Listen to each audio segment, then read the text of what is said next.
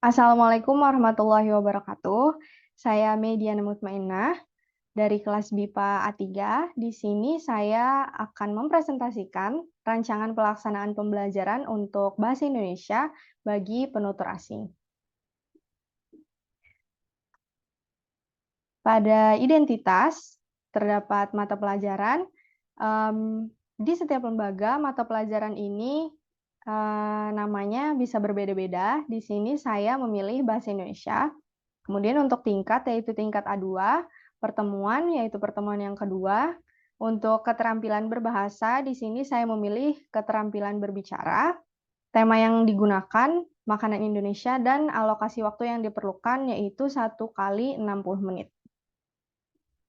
Untuk kompetensi dasar, pembelajar mampu menyampaikan informasi mengenai makanan Indonesia dan juga berperan serta dalam interaksi bersama dengan sesama pembelajar di dalam percakapan. Untuk indikator, yang pertama, pembelajar dapat membaca percakapan yang telah disediakan dengan baik. Yang kedua, pembelajar mampu memilih kosakata yang tepat dalam percakapan. Dan yang ketiga, pembelajar dapat menyampaikan kembali mengenai hasil tanya jawab yang mereka lakukan dengan sesama pembelajar. Untuk tujuan pembelajaran, yang pertama, pembelajar diharapkan mampu mengetahui makanan-makanan Indonesia melalui kosakata yang diberikan. Kemudian yang kedua, pembelajar mampu untuk berinteraksi dan melakukan tanya jawab mengenai makanan-makanan Indonesia. Yang ketiga, pembelajaran ini diharapkan dapat meningkatkan kreativitas dan rasa percaya diri pembelajar melalui percakapan antara sesama pembelajar. Untuk materi pembelajaran sendiri, di sini saya lampirkan kosakata mengenai makanan-makanan Indonesia seperti nasi goreng, mie goreng, nasi kuning, bubur ayam, lontong sayur, ketoprak, nasi uduk, kupat tahu, dan seterusnya. Kemudian di sini saya juga lampirkan percakapan mengenai makanan Indonesia. Untuk metode pembelajaran sendiri, metode yang digunakan yaitu genre-based approach yang menggunakan penugasan, tanya jawab, dan juga pemodelan. Untuk langkah-langkah pembelajaran ada 3, yaitu kegiatan awal, kegiatan inti, dan juga kegiatan akhir. Untuk kegiatan awal, alokasi waktu yang diperlukan yaitu 10 menit.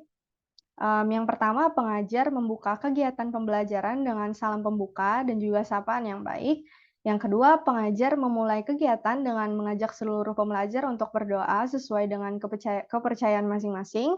Yang ketiga, pengajar membuka kegiatan pembelajaran dengan menyampaikan tujuan pembelajaran.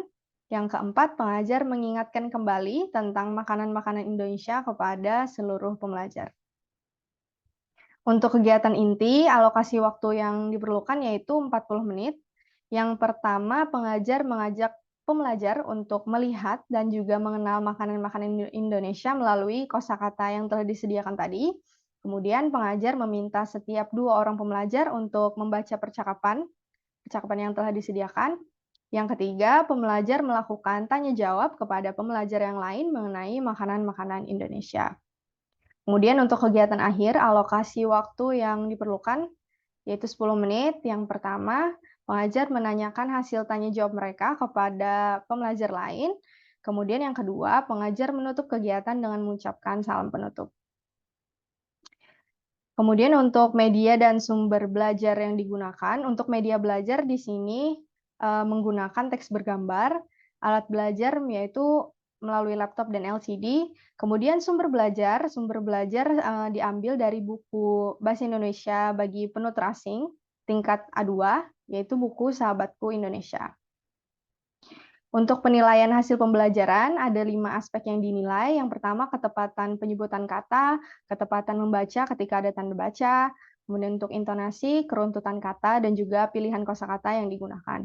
Untuk skor sendiri tersedia dari 1 sampai 5, 1 untuk lebih rendah dan 5 untuk yang paling tinggi. Untuk rubrik penilaian di sini bisa menggunakan skor yang diperoleh dikali 100 dan juga dibagi 25.